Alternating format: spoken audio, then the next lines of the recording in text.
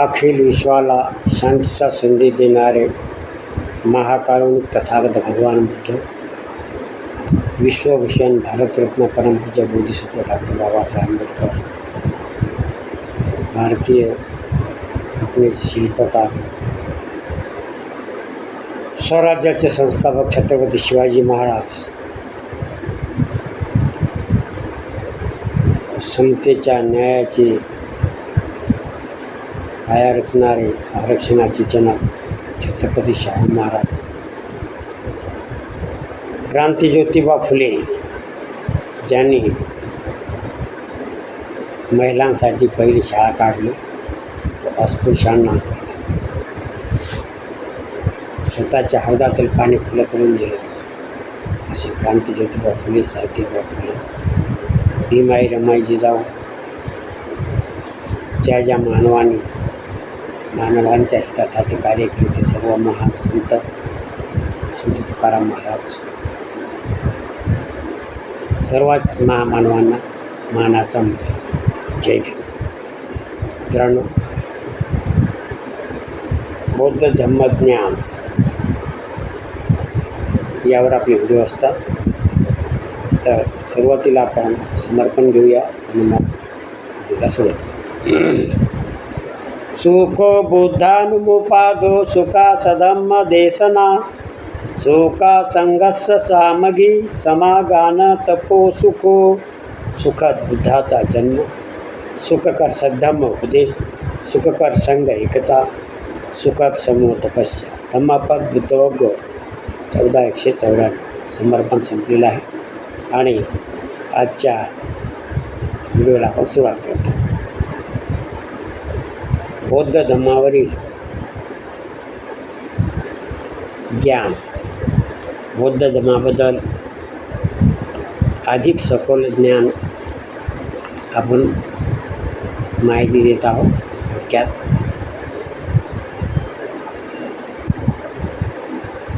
थोडक्यात ओळख. 4 परम सत्य.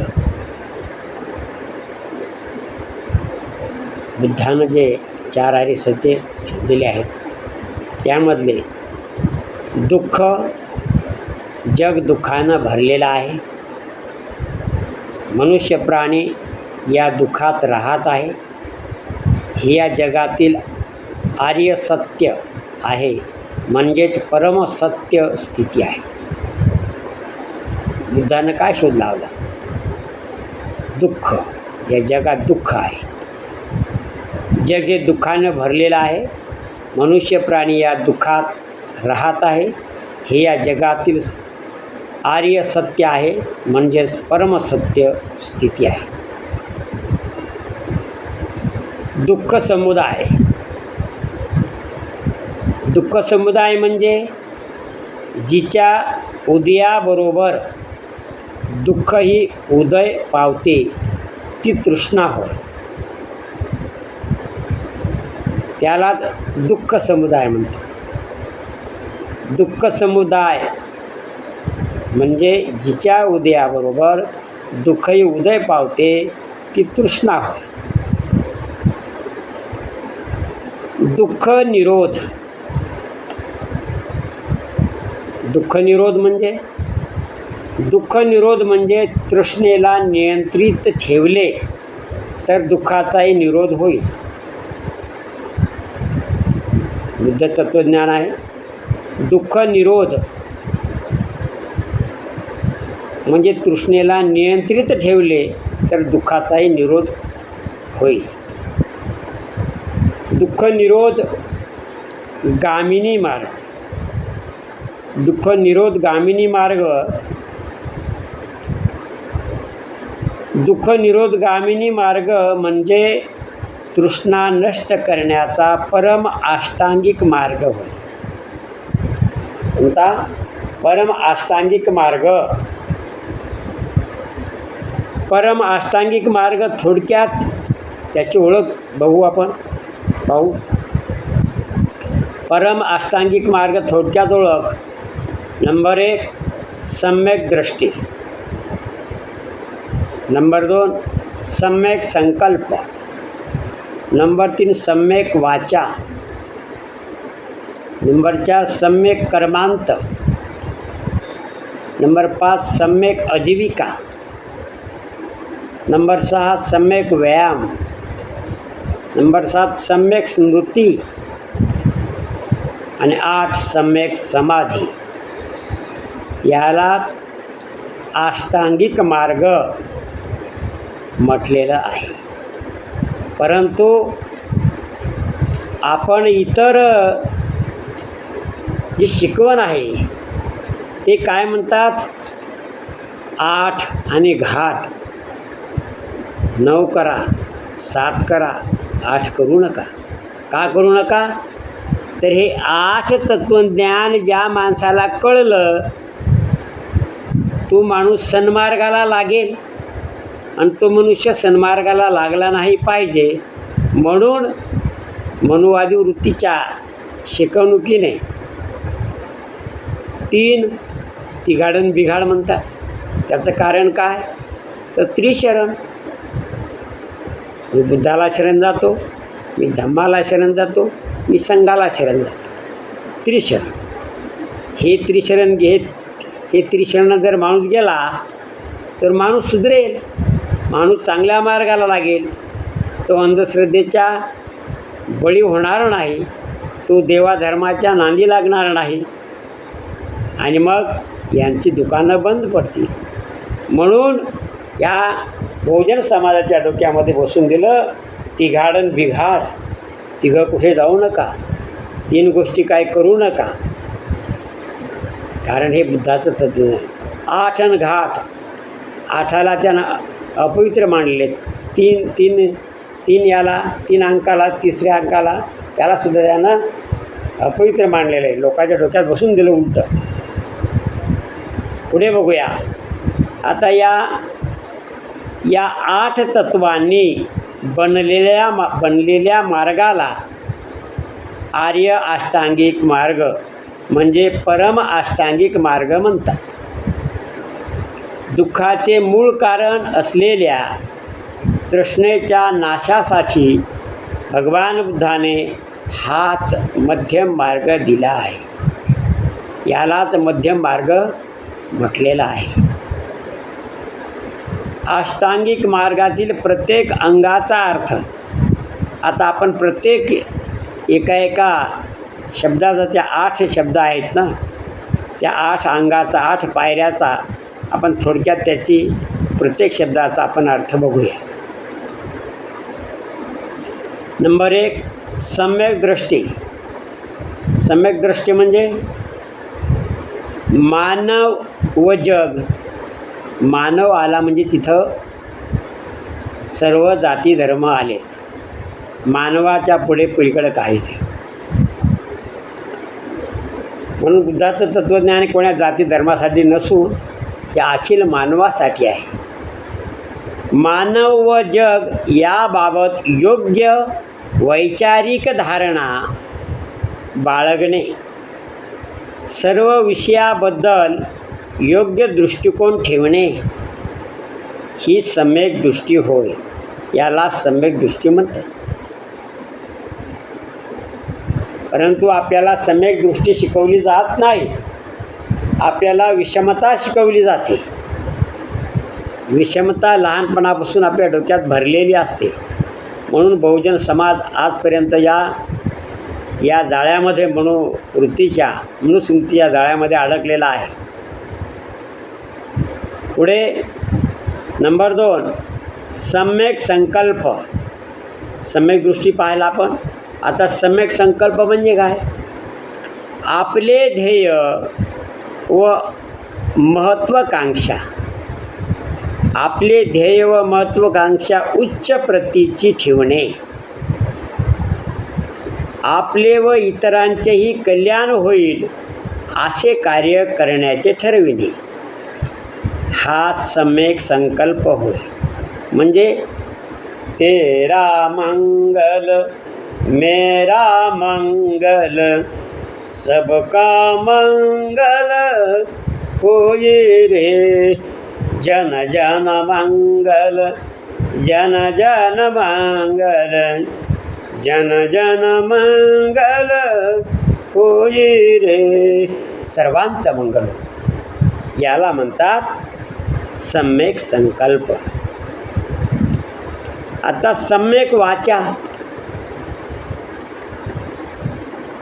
सम्यक वाचा याचा अर्थ सत्य व शहाणपणाचे बोलणे. सम्यक वाचा म्हणजे सत्य म्हणजे खरे व शहाणपणाचे बोलणे, ही सम्यक वाचा होय. आता नंबर 4 सम्यक कर्मांत.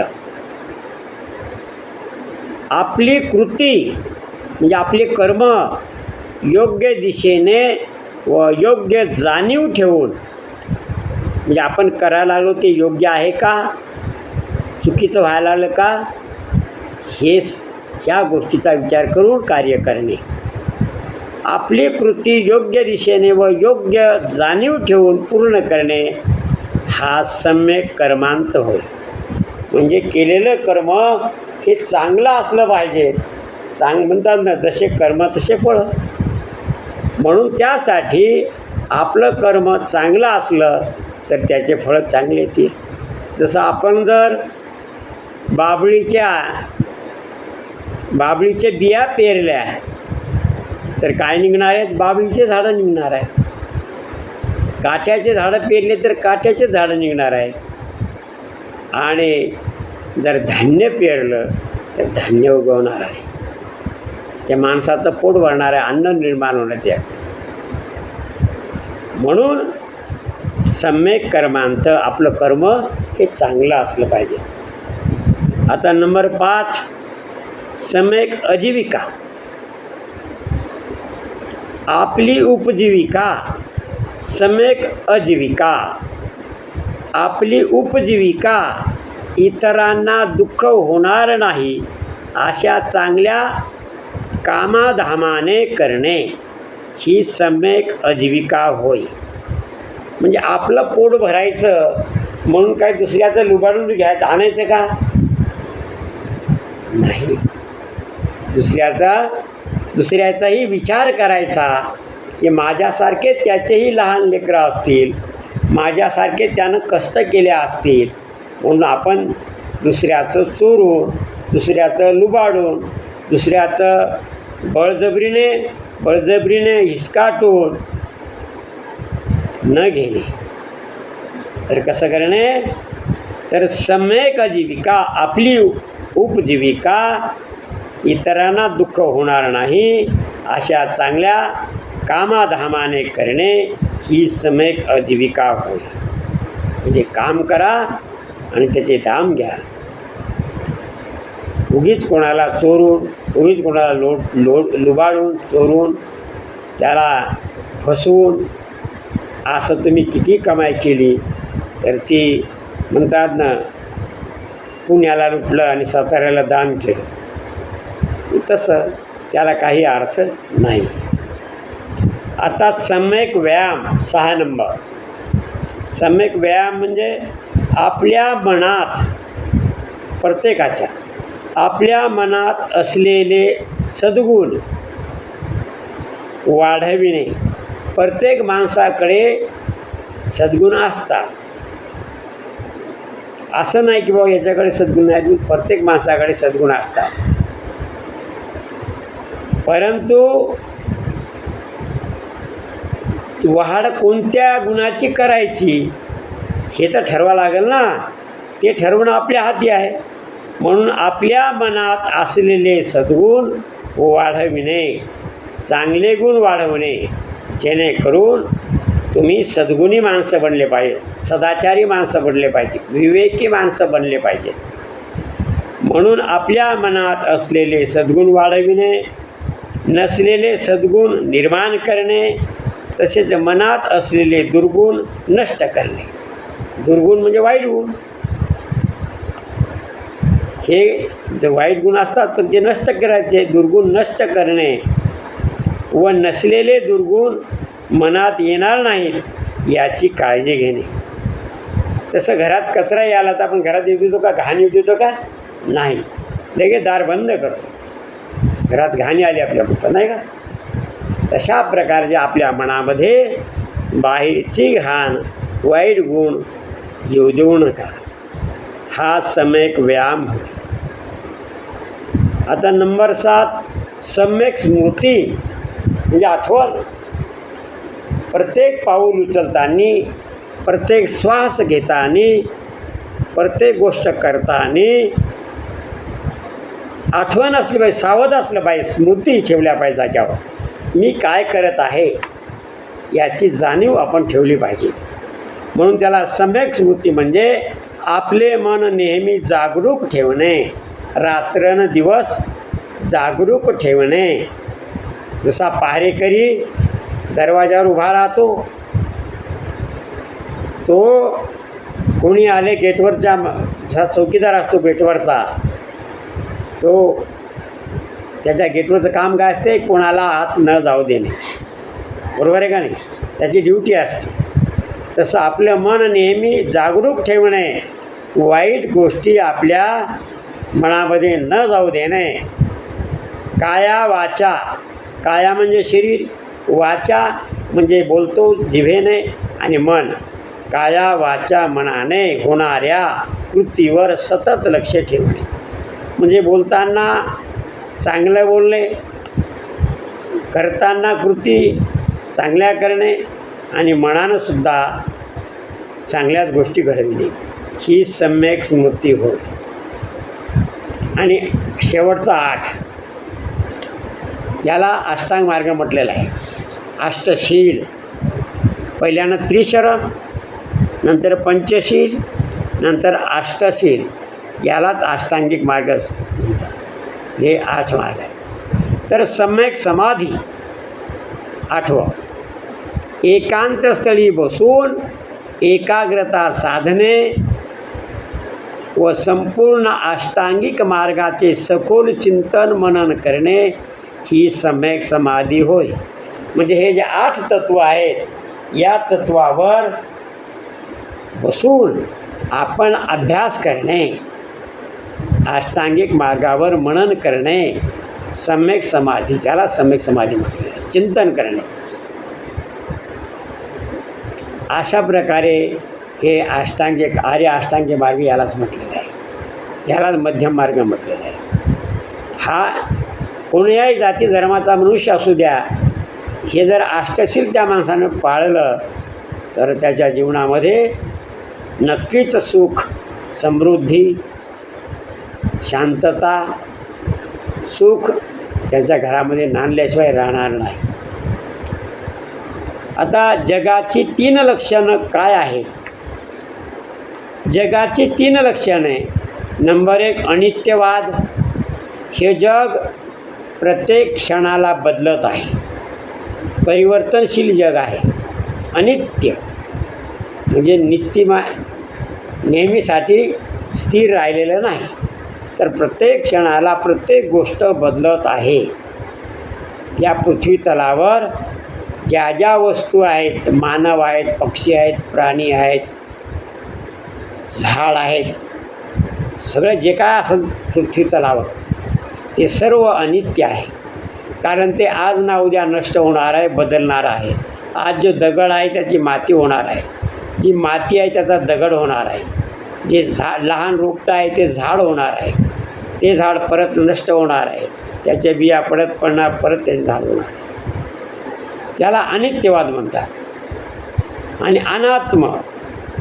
नंबर 2 अनात्म, आणि नंबर 3 दुःख. ही या जगाची 3 लक्षणे आहेत. अनित्य, अनात्म आणि दुःख ही या जगाची 3 लक्षणे आहेत. मानव जीवन अनित्य आहे, अनात्म आहे, दुःखद आहे. ते सत्य, शिवम, सुंदरम वाटणे हा भ्रम आहे. म्हणून याला सत्यम, शिवम, सुंदरम म्हणणं ही चुकीची गोष्ट आहे. सत्यम, शिवम, सुंदरम वाटणे हा भ्रम आहे, ही चुकीची गोष्ट आहे. कारण जी गोष्ट प्रत्येक क्षणाला बदलत आहे, आज जो तरुण मुलगा आहे तो कालांतरानं म्हातारा होणार आहे. म्हणून त्या मुलानं कधीच गर्व न करणे, मी आहे, माझ्या अंगात ताकद आहे, मी असाच आहे, मी असाच राहणार आहे, असा कोणीही गर्व करू नये. कारण हे जग परिवर्तनशील आहे. पुढे आता अनित्य. अनित्यचा अर्थ आहे मानव तसेच या जगात जे काही आहे ते सर्व अनित्य आहे. प्रत्येक गोष्ट भंग पावणारी, मृत्यूकडे जाणारी आहे, बदलणारी आहे. अनात्म. मानव प्राण्याच्या शरीरात वेगळा असा आत्मा नाही. आत्मा मानणे ही चुकीची कल्पना आहे. ही बहुजनांना डोक्यातून काढून टाकायची आहे. मानव प्राण्याच्या शरीरात वेगळा असा आत्मा नाही. अजर अमर तत्व नाही. शरीर मरताच त्या आधारे असलेले जीवतत्वे त्यासोबत नष्ट होते. मनुष्याचं शरीर ज्या घटकांनी बनलेलं आहे ते घटक त्या घटकात निघून जातात. माणसाचं शरीर 4 घटकांनं म्हटलेलं आहे, नाही का? माती, पाणी, उजेड, वारा. आणि मग हे 4 घटकात गेले की मनुष्य नष्ट पावलं.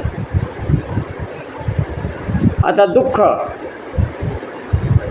जे अनित्य आहे, नाश पावणारे आहे, अनात्मा असणार आहे, सारहीन आहे, ते सुखद कसे असणार? ते दुःखदच असणार. म्हणून बुद्धानं सत्य सांगितलेलं, हे जग दुःखानं भरलेलं आहे. या जगात मेलेले लोक जास्त आहे, जिवंत लोक फार कमी आहे.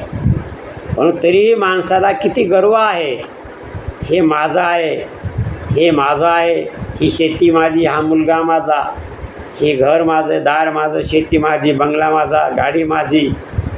पण ज्यावेळेस मनुष्य मरतो त्यावेळेस तो काहीही सोबत नेऊ शकत नाही. फक्त त्यानं जर चांगले कर्म केले त्याचीच कीर्तिरूपानं, त्यानं जर चांगले कर्म केले तर कीर्तिरूपानं तो जगात अमर राहू शकतो. बाकी दुसरं काहीही तुमचं राहत नाही. म्हणून माणसानं या सर्व गोष्टीचा विचार करून या जगामध्ये जीवन जगलं पाहिजे. आता 10 पारमिता. मला वाटते आज आपण इथे थांबूया. 10 पारमिता उद्याच्या व्हिडिओमध्ये बनवूया. आजचं इथे थांबूया. सर्वांचं मंगल हो, सर्वांचं मंगल हो.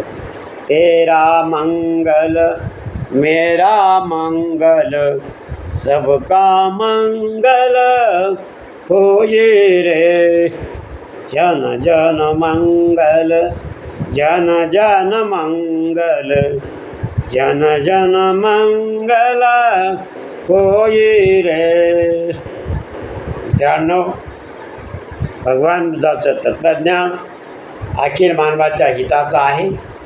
म्हणून आपण या भगवान बुद्धाच्या तत्त्वज्ञानावर रोजचा एक व्हिडिओ बनवत असतो.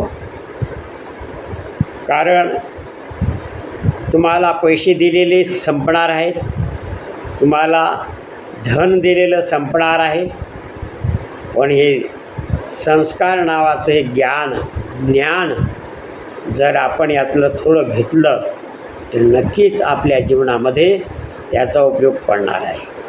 म्हणून माझ्या सर्व सबस्क्रायबर बंधूंना व जेवढे काही माझे मित्र, जेवढे माझे चाहते मंडळी आणि जे कोणी जे व्हिडिओ पाहत असतील त्यांना नम्र विनंती की आपण हा व्हिडिओ बारकाईनं ऐका, बारकाईनं समजून घ्या आणि त्याच्यावर विचार करा.